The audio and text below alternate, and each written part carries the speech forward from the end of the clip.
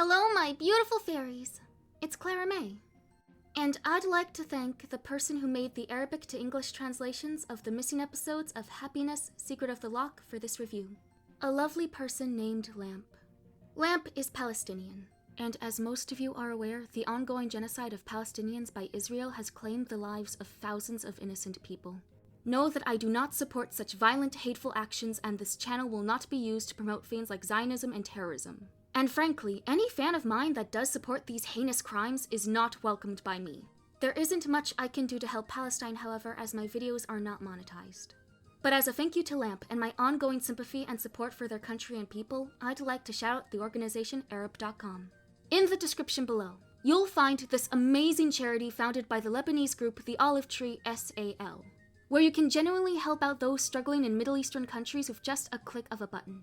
Simply go to the website and click on what you wish to help support. You can do this once every day, meaning you can help people on the daily with just your mouse. And again, thank you to Lamp, whose computer unfortunately got bombed by Israeli forces. Meaning the English translations I paid for are destroyed and the money was used to buy groceries for Lamp's family. I want you to know that I do stand with Palestine, and without the help from a kind and hardworking Palestinian, this video likely wouldn't have been made. This channel will continue to stand for peace, tolerance, and love no matter what. Thank you, and on with the show!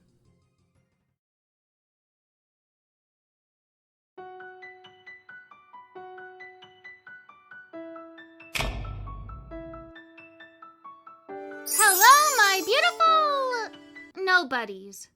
Because no one bothered to show up. Again. Audiences don't just magically appear in one afternoon, woman. Our charm, though mostly mine, only gets us so far. Is that the only reason, though? The theater's always so quiet, even with people there. Is it worth putting in all this effort just for a few people? There's gotta be something we're doing wrong. Or maybe it's us. Maybe it's me. Shush! Shut up! You're getting in your own head again. This theater isn't the end-all, be-all of our lives. It'll help if you focus more on doing things you love in the meantime. Speaking of doing things, are you going to fix the plumbing like you said you would today? Sure, I've played enough Super Mario Bros. To know how to screw a pipe, right? I'm not happy. I know I am not, but I don't know what I can do. Am I not working hard enough? I'm running this theater as best as I can. Maybe it's me, but is it my lack of talent or personality? Oh, this is hurting my head. Okay, focus. Let's review these pipes. Okay, so this sewer is looking really crappy today, isn't it? Let's see what's wrong and what can be fixed. I wish I could just know what to do to be happy. Dread no more, my child, for I am Crappiness, here to grant you bliss and harmony within yourself. Sweet Titania, I made a monster! Can I do that? Wait, my emotions affect my magic, and combined with what I review, it results in a new spell being casted. Oh no, I reviewed literal crap and now here you are. I'm only here because of your sorrow, but your sorrow will be a distant memory now that I'm here. Well, that's very nice of you, but I don't know what can be done. I feel like no one really cares about what I do. And as much as I love making these performances and reviews, it doesn't always feel nice performing for emptiness. Alright. What is this thing, and why does it smell like seaweed? Okay, so I accidentally created a weird hippie monster that lives in our sewer now. Yes, because of course you did. Just another day in paradise. I wish to bless you with a gift. One which, if you solve its mysteries and uncover the treasures within, you will discover a joy that will rejuvenate your spirit beyond their wildest imagination. Behold! Offering a unique way to solve my problems through doing the exact same thing I do to solve all my problems? Oh well, Sirius, set the stage! I really need to find a new line of work. Happiness, Secret of the Lock is a French-American fantasy musical cartoon series that ran from September to December of 1995. The series was created by the not-so-fun toy company Abrams Gentile Entertainment, which was the relaunch of the Mego Corporation, which was founded in 1952 by Madeline and Dee Dee Abrams. The company was relaunched in 1986 because the son of the original founders, Martin Abrams, was known for throwing lavish parties at toy fairs with massive celebrity endorsements and could very well be the one responsible for blowing the company's money in the first place, resulting in their bankruptcy, but I digress. It was co-founded by Abrams Gentile Entertainment in order to retain and manage Mego by Eggo's licensing contracts. And thus, the company still exists to this day. Unfortunately. And being a show from the 1990s and literally made by a toy company, Happiness also had a toy line, created by Hasbro, and not Abrams Gentile. Thanks to the Toy Archive website, ghostofthedoll.com, I was able to get good quality pictures of what these toys were. So there was an attempt to make a franchise here, which makes it all the stranger that it just vanished. I know that was the fate of a lot of franchises from this era, but in an age where the Jessicas of the 80s and the Emilys of the 90s are all grown up with disposable income and their own little Sophias and Charlottes, it's odd so many of the creative, or not so, properties for girls in this era don't seem to be the next in line for revivals. Though in a more feminist and gender-conscious age of children's programming, it's not surprising these hyper-femme shows have taken on a different vibe. Honestly, I love hyper-girly media. It was the only time that I, as a girly girl who loved the color pink and fairies, that I got to see girls like me as the heroes. But in my silly old opinion, our modern takes on this girly genre aren't always hits. Ranging from mediocre, generic fantasies like The Owl House, a show which portrays all Christians as monstrous, immoral, Puritan witch burners with no redeeming qualities, or shows like High Guardian Spice or Netflix's She-Ra reboot, both of which are borderline offensive cartoons with horrifically disgusting portrayals of both women and the LGBTQ+ community. Ranging from the misogynistic, entitled, abusive, murderous villainess who treats her object of lust and control like property deserves the girl at the end. Or, let's treat our LGBTQ+ and female characters like incompetent, idiotic brats, and send an inaccurate and dangerous simplification of gender dysphoria to our impressionable audience of struggling queer people. And let's make our transgender characters either preachy self-inserts proudly spouting wrong information, or magnets for misandry who are constantly belittled and ignored like the props they are. It's okay if you like these shows. But some of these modern girly shows can be far more tasteless than their hollow hour-long commercial grandmothers. Speaking of which, let's get back on track. Another production company involved was Créativité et Développement, also known as C&D, an ironically uncreatively named French animation studio founded by Jean Jalopin. Oh, by the way, Jean Jalopin wasn't originally an animation producer. He was a bank executive. You can't make this up. It's almost like these shows were made for selling crap. Anyway, during the 80s and 90s, Jalopin tried his hands at screenwriting through founding another company before C&D, a more famous animation studio known as Jet Entertainment, which, by the way, stands for, and I quote, Diffusion, Information Communications, which might be the most stockbroker name for anything ever. It makes you wonder if the marketing team is a bunch of shareholders who think fancy business words sound good in a creative animation studio. Oh, fun. Jalopin himself was probably best known as the co-creator of Inspector Gadget. Wait, Go-Go Gadget? What the fuck? But he was also the writer of the Rainbow Bright movie. Where are they now? Well, in 1996, Jalopin sold his company to Fox Kids Worldwide. In fact, Happiness, alongside the 1995 Littlest Pet Shop cartoon, were the last shows this company ever made before being sold off to nothingness. It makes so much sense now. Happiness ran in syndication in places like the United Kingdom, Sweden, and America on Fox Kids. Some episodes were released on 2 separate VHS tapes in 1996, which explains why the full show was next to impossible to find. Actually, it was impossible to find. Only 9 out of 13 episodes of this show were released on VHS. This means this oil spill of a show, including the final episode, are lost media. Wait, what the Clary, I just want this hippie, music note looking thing out of my house. How are we supposed to kill it without the full list of episodes? We'll find a way, Sirius. We always do. It's time to dive into Happiness, Secret of the Lock.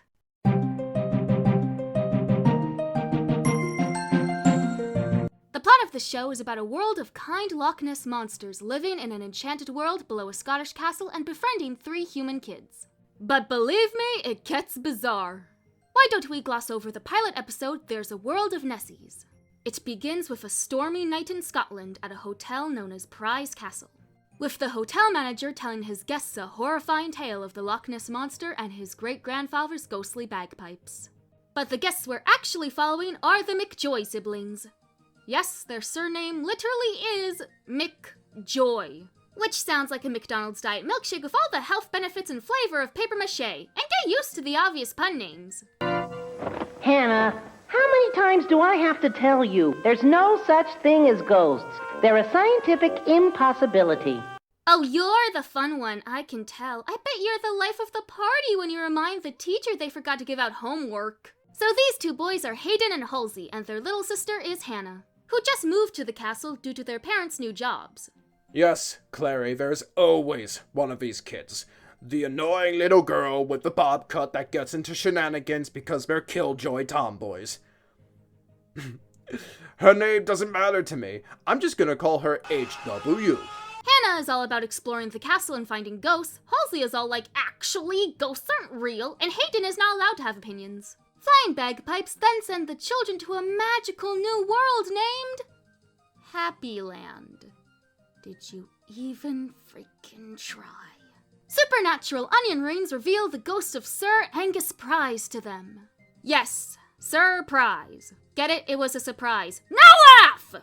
The kids are taken to a magical subterranean paradise, and we finally get to meet the My Little Yoshis and all of their wonderfully horrible names.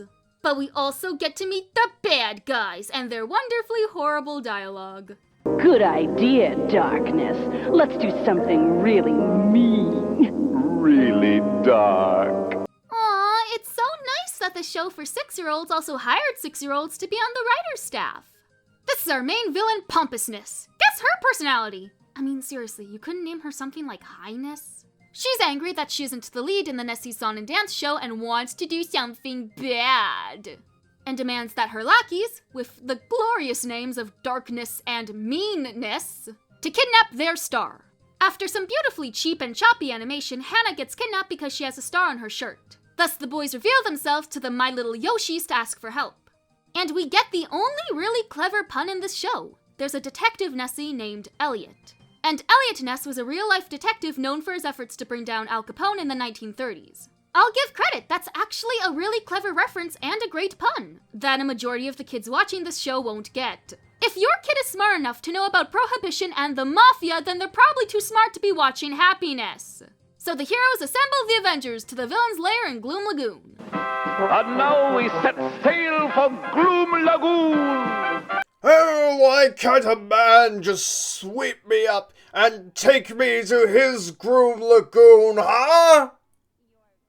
Oh, I want my money back. This job sucks. Pompous is mad that her idiot squad got HW instead of, well, she made it unspecific who she wanted to be captured, so...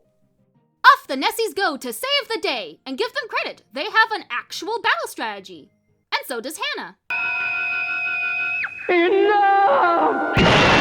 I beg you, please stop that shrieking! As soon as you bring me something to eat. Perfect! The epic battling commences with a Nessie slap fight. Yay. Head bashing against the wall aside, what is truly riveting about this exchange is but the Ness Bliss. Now, Happiness! Ness Bliss, now! Time to send a part of me through the air and through the sea. I'll give Mean some happiness by sending a magical Nest Bliss. What a strange feeling. I've never felt like this before. What is this wonderful feeling? Could I be happy? Yes, I am happy. I'm so very, very happy. I wish I was happy all the time. I can't believe it. They actually ripped off the Care Bear stare. As if these fuzzy sky terrorists weren't bad enough, now they're polluting our oceans! In fact, this pilot episode reminds me of the pilot episode of the Care Bears family in some aspects. The kidnapped kids, the interrupted festival, the obnoxious minions, the rescue mission at the castle, the powers tied to the personalities, the fact that all the characters are idiots and it sucks. And I hate that I have to compare the two because I have to admit that I watched and remember enough about the Care Bears to make this comparison. I'm not going to sit here and call this a complete copycat of Care Bears, that's unfair. Because Happiness is constantly taking tropes from other successful girls' shows of its time and implementing them in a much worse way. And many of the shows it was ripping off weren't that great to begin with. Also, if the Nessies have this personality-altering ability with them at all times, why don't they use it all of the time? How easy would it be to zap them with a Care Monster stare whenever they showed their ugly mugs? What do you mean you don't serve the McPizza anymore? I'm sorry, ma'am, but you clearly made your own coupon with crayon. Also, this is a Harvey's. This is an outrage! I demand to speak to your manager!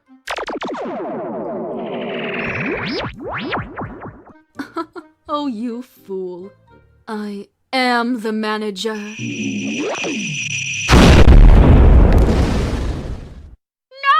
My butthurtness, my only defining trait! No! After Hannah is saved, Surprise explains that the lockets around the Nessies' necks and his own grant them amazing powers tied to their one defining trait, and keeps them eternally young. The kids are taken back to the Nessies' playset palace for a musical with Surprise singing about how the Nessies are... part of you? But they aren't folks that you should fear, they're all a part of you. There's a world of Nessies living here, every one of them is real. But they're not as strange as they appear, they're things you do and fear. I don't want the Nessies to be a part of me. I fear them. Well, I don't want them there. Can you get them out? I'll pay you whatever the hell you want. I'll even suck your dick. So, that's the pilot. Did you like it? I didn't. It's literally the most basic, bare-bones, cookie-cutter kitty crap. I feel dumber for just watching it.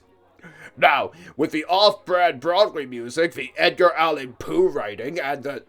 Sorry, my brain's drowning over here from all the LSD-inducing colors. Why don't we focus more on the characters themselves? Mainly the Newsies.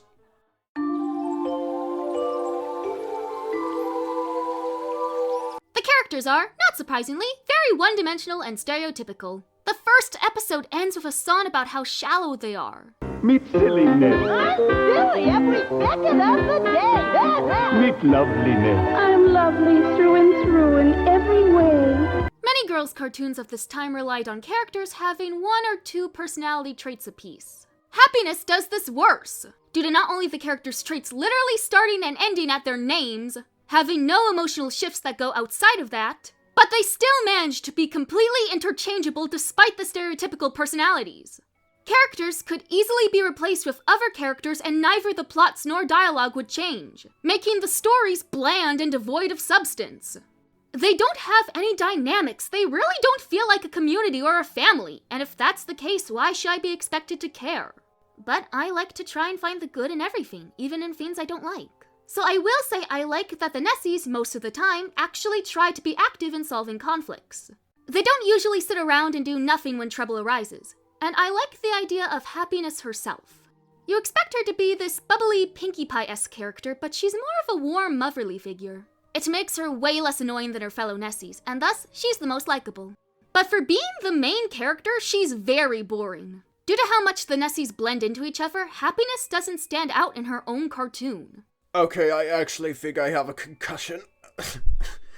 How about the human characters, huh? Well, the Gingers are... there. What do you expect me to say about them? They're boring, irritating little creatures that have the bare minimum resemblance to characters. Let's start with the youngest. You got HW or Hannah or whatever her name is. Most little siblings of this genre exist for the sole purpose of advancing the episode shenanigans, along with whatever it is they do to them being obnoxious or getting kidnapped or whatever the plot dictates. Thankfully, though, she gets kidnapped only once. As far as I remember, before I blacked out half drunk for watching the show. She's pretty much the tomboy who actively wants to be a part of the group's ongoing escapades. The trade-off to this seemingly positive quality is the snarky banter we get from her that makes me wish I was her father and left her on the patio to get milk and cigarettes. Her brothers don't have much identity at all, though. I think Halsey is the more serious one and Hayden is the jokester, but they're both indistinguishable. In fact, Hayden doesn't really need to be there. His flavorless dialogue could be split between Halsey and Hannah and he wouldn't be missed. Even Halsey's more cynical, know-it-all personality doesn't stand out at all. I guess that's why the show made them twins, because they're pretty much the same character. But I do think it's really cool that 2 out of the 3 point of view characters are boys. These characters exist to be the audience's surrogate so the kids at home can imagine themselves in their shoes. So it's rather unique that this girly cartoon has a decently diverse lineup of male characters. They're just as bland as the women, but there's a good mix of different character archetypes ranging from the older brothers to the wise old man to both protagonist and antagonist Nessies. It's just nice to have a gendered cartoon that still appeals to all genders. Speaking of which, Sir Prize is certainly a person that's in the show. He has bagpipes for every time he enters a scene. Because that's what happens when you're Scottish! He exists to be the generic whimsical old grandfather figure who is just as mindlessly jovial as the rest of the Jelly Bean Brontosauruses. Oh, and the villains suck too, so don't get your hopes up. Pompousness is a pretty lame villainess. Her personality has no more or less depth than anyone else, and her motivations are not only generic, but inconsistent.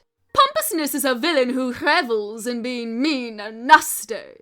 But in episode 2, she wants to steal objects that will make her lovely, happy, and kind. How does this line up with her motivation or established character? Why would someone who prides herself in being, well, prideful want to make herself nice and sweet?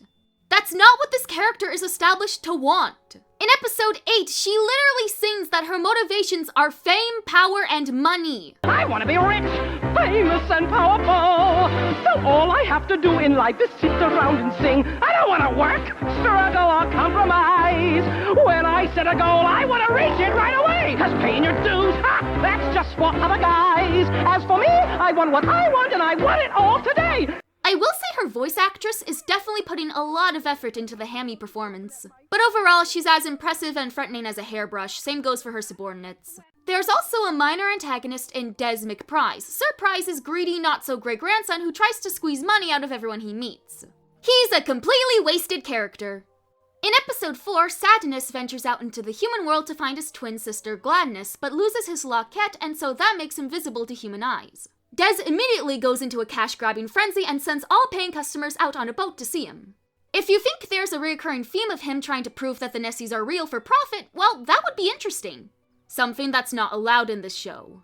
Heck, McPrize isn't needed for this discovering Nessie side plot. Because we see civilians and news anchors in episode 5 and scientists in episode 6 already discovering or attempting to discover their world.